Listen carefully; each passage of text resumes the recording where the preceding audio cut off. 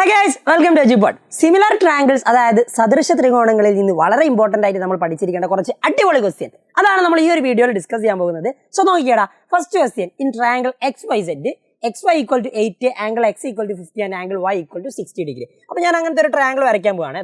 This is my XYZ triangle. XYZ ട്രയാങ്കിളിൽ angle x പറഞ്ഞത് നിങ്ങളോട് 50 ഡിഗ്രി, അപ്പോൾ ഇത് 50 ഡിഗ്രി. ആംഗിൾ y പറഞ്ഞത് നിങ്ങളോട് 60 ഡിഗ്രി ആണ്, അപ്പോൾ ഇത് 60 ഡിഗ്രി. ആൻഡ് z എത്രയാണെന്ന് നമുക്ക് അറിയില്ല. 50യും 60യും ആണെങ്കിൽ അത് 110 ആയി, 110. അങ്ങനെയാണെങ്കിൽ ഇത് എന്തായാലും എത്രയായിരിക്കും? 70 ഡിഗ്രി ആയിരിക്കും. ഓക്കെ, നോർമലായിട്ട് നമുക്ക് അറിയാവുന്ന കാര്യം. ഇനി അടുത്തത് XY 8 സെന്റിമീറ്റർ ആണെന്ന് പറഞ്ഞിട്ടുണ്ട്. അപ്പോൾ ഇത് 8 സെന്റിമീറ്റർ. നമ്മളോട് പറഞ്ഞത് ഇതേ ട്രയാങ്കിൾ ഉള്ളതും ഇതേ ആംഗിൾ ഉള്ളതും അതേപോലെ തന്നെ സൈഡ്സ് 3/4 ആയിട്ടുള്ളതുമായ വേറൊരു ട്രയാങ്കിൾ വരയ്ക്കാനാണ് അല്ലേ.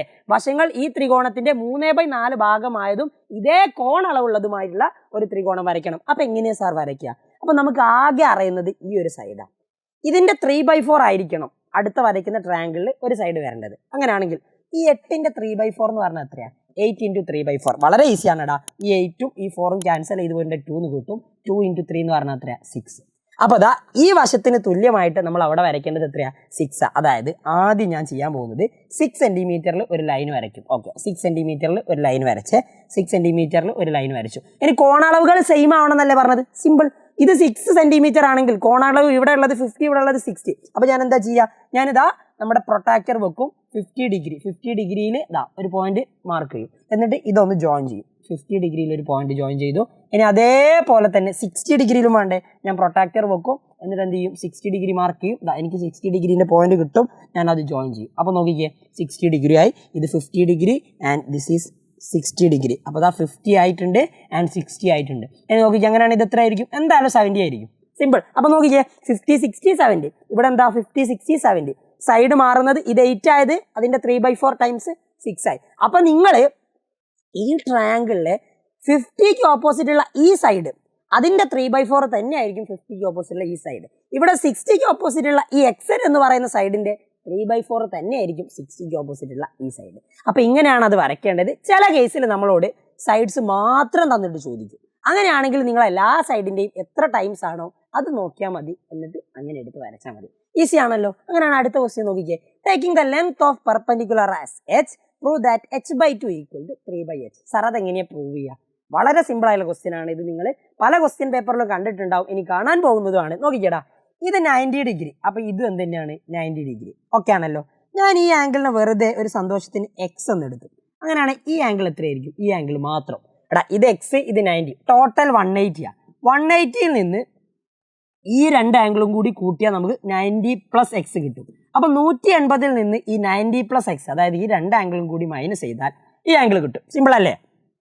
180 മൈനസ് പ്ലസ് 90, അപ്പോൾ -90 വരും. മൈനസ് പ്ലസ് എക്സ്, അപ്പോൾ -x ആ വരും. അതായത് 180 - 90 എന്ന് പറഞ്ഞാൽ 90. So 90 - x. ഈ ആംഗിൾ എത്രയായിരിക്കും? 90 - x ആണ്. ഇനി സിമ്പിളായിട്ട് ശ്രദ്ധിച്ചേ. എടാ, ഞാൻ ഈ ട്രയാങ്കിളിൽ നോക്കിക്കേ, വലിയൊരു ട്രയാങ്കിൾ നമ്മുടെ കയ്യിലുണ്ട്. ഇതിൽ ഒരു ആംഗിൾ 90 ആണ്. ഈ വലിയ ട്രയാങ്കിൾ കൺസിഡർ ചെയ്യുമ്പോൾ ഒരു ആംഗിൾ 90 ആണ്, ഒരു ആംഗിൾ x ആണ്. അങ്ങനെയാണ് വലിയ ട്രയാങ്കിളിലെ ഈ ആംഗിൾ എത്രയായിരിക്കും? 90യും x വന്നിട്ടുണ്ട്. മൂന്നാമത്തെ ആംഗിൾ 90 - x അല്ലേ? ഇവിടെ ഒരു 90 വന്നു, ഒരു x വന്നു. അതുകൊണ്ട് മൂന്നാമത്തെ ആംഗിൾ എന്ത് തന്നെയാണ്? 90 - x ആണ്. Simple sir. ഇനി എന്താ പ്രൂവ് ചെയ്യേണ്ടത്?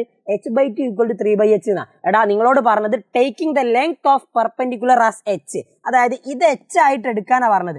ഈ പെർപെൻഡിക്കുലർ h ആയിട്ട് കൺസിഡർ ചെയ്യാനാണ് പറഞ്ഞത്. അങ്ങനെയാണെങ്കിൽ അത് നമുക്ക് സിമ്പിൾ ആയിട്ട് പ്രൂവ് ചെയ്യാം. നിങ്ങൾ നോക്കിക്കേ, ഇപ്പൊ നമ്മൾ ഈ ചെറിയ രണ്ട് ട്രയാങ്കിൾ കൺസിഡർ ചെയ്യുകയാണെങ്കിൽ ഇത് 90, ഇത് 90 - x. അങ്ങനെയാണെങ്കിൽ ഈ ചോട്ട ആംഗിൾ എത്രയായിരിക്കും? ഇത് x ആയിരിക്കും. സിമ്പിൾ. ഇനി നോക്കിക്കേടാ, ഈ രണ്ട് ട്രയാങ്കിളിലും x 90 - x 90, x 90 - x 90, രണ്ട് ട്രയാങ്കിൾ എന്താ? സിമിലർ ആണ്. അപ്പൊ നമുക്ക് എന്ത് പറയാം? Both triangle are similar. രണ്ട് ട്രയാങ്കിളും സിമിലർ ആണെങ്കിൽ എടാ, സെയിം ആംഗിളിന് ഓപ്പോസിറ്റ് ഉള്ള സൈഡിന്റെ റേഷ്യോ എന്തായിരിക്കും? സെയിം ആയിരിക്കും. അങ്ങനെയാണെങ്കിൽ ഈ എക്സിന് ഓപ്പോസിറ്റ് ഉള്ള സൈഡ് അല്ലേ ഇത്? ആണ്. അപ്പൊ എക്സിന് ഓപ്പോസിറ്റ് ഉള്ള സൈഡാണ് h. അപ്പൊ h/2. ഇവിടെ എക്സിന് ഓപ്പോസിറ്റ് ഉള്ള സൈഡ് എത്രയാ? 3. അപ്പൊ h/3 = എന്തിന് ഈക്വൽ ആയിരിക്കും? അടുത്ത നോക്കിക്കേ, ഈ 90 - x ഓപ്പോസിറ്റ് ഉള്ള സൈഡാണ് 2. അപ്പോൾ 2:2. ഇവിടെ 90 - x ഓപ്പോസിറ്റ് ഉള്ള സൈഡാണ് h. അപ്പോൾ 2:h എന്ന് എഴുതാം. അതായത് h/3 നിങ്ങൾക്ക് h/3 എന്ന് എഴുതാം. 2:h നിങ്ങൾക്ക് എന്ത് എഴുതാം? 2/h എന്ന് എഴുതാം. വളരെ ഈസി. നമ്മളോട് പ്രൂവ് ചെയ്യാൻ പറഞ്ഞത് h/2 = 3/h ആണ്. ഈ 3 അങ്ങോട്ട് പോട്ടെ. അപ്പോൾ h = 3 × 2/h എന്ന് വരും. ആൻഡ് ഈ × 2 ഇങ്ങോട്ട് വന്നിട്ടുണ്ടെങ്കിൽ എന്താവും? /2 ആവും. അപ്പോൾ h/2 = 3/h എന്നായി. വളരെ സിമ്പിളായിട്ട് നമ്മളത് പ്രൂവ് ചെയ്തു. എവിടെ കണ്ടാലും നിങ്ങൾ 90 വരുന്ന ആംഗിൾ നിങ്ങൾ ഇങ്ങനെ ചെയ്യണം.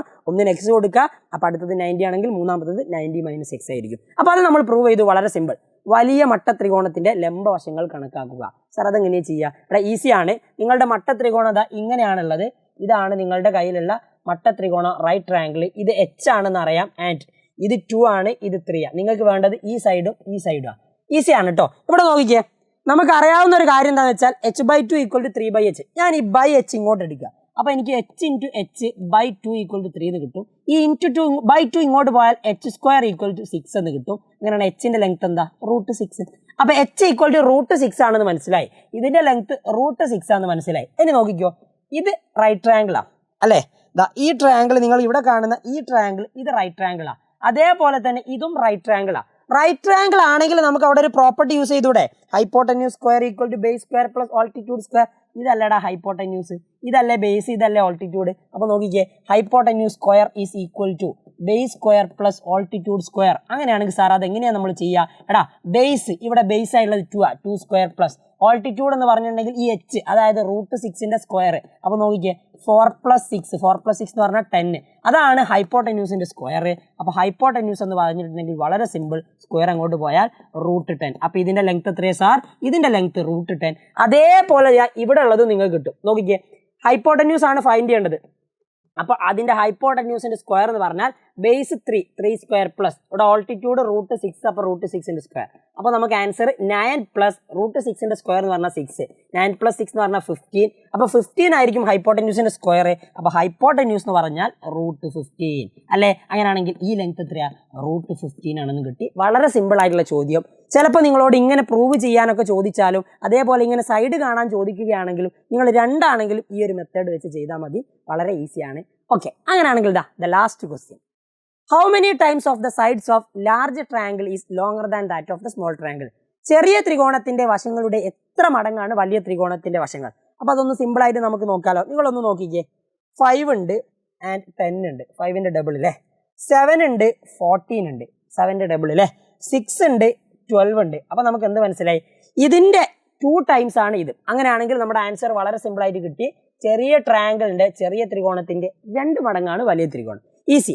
ചെറിയ ത്രികോണത്തിന്റെ കോണുകൾക്ക് തുല്യമായ വലിയ ത്രികോണത്തിന്റെ കോണുകൾ എഴുതുക. അപ്പോൾ നമ്മൾ പഠിച്ച ആംഗിൾസ് എഴുതാനാണ് പറഞ്ഞത്. നമ്മൾ പഠിച്ചൊരു കാര്യമുണ്ട്, തുല്യമായ വശങ്ങൾക്കെതിരെയുള്ള കോണുകളും തുല്യമായിരിക്കും, തുല്യമായ കോണുകൾക്കെതിരെയുള്ള വശങ്ങളും തുല്യമായിരിക്കും, തുല്യ ത്രികോണങ്ങളാണെങ്കിൽ. ഇനി സദൃശ ത്രികോണങ്ങളാണെങ്കിൽ നമ്മൾ എങ്ങനെയാണ് പഠിച്ചത്? വളരെ സിമ്പിൾ ആണ് സാറേ.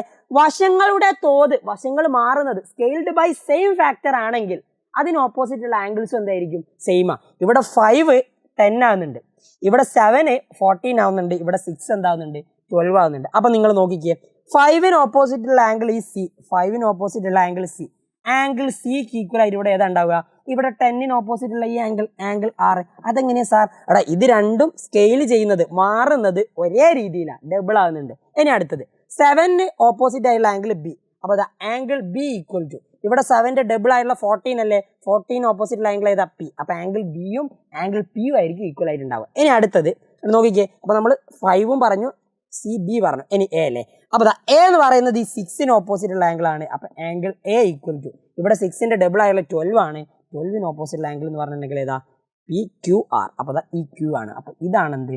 സെയിം ആയിട്ടുള്ള ആംഗിൾ പെയർസ്. സിമ്പിൾ ആണല്ലോ. അപ്പോൾ സിമിലർ ട്രയാങ്കിൾസ് എന്ന് പറയുന്ന വളരെ ഈസി ചാപ്റ്റർ നമുക്ക് ഇങ്ങനെ പഠിച്ചെടുക്കാം. കൂടുതൽ കാര്യങ്ങളൊക്കെ നമ്മൾ നമ്മുടെ ലൈവിൽ ഡിസ്കസ് ചെയ്യുന്നതാണ്. അപ്പോൾ എല്ലാവരും ഫ്രണ്ട്സിനെയും കൂട്ടി ലൈവിൽ വന്നോളാം. അപ്പോൾ കാണാം. Bye bye.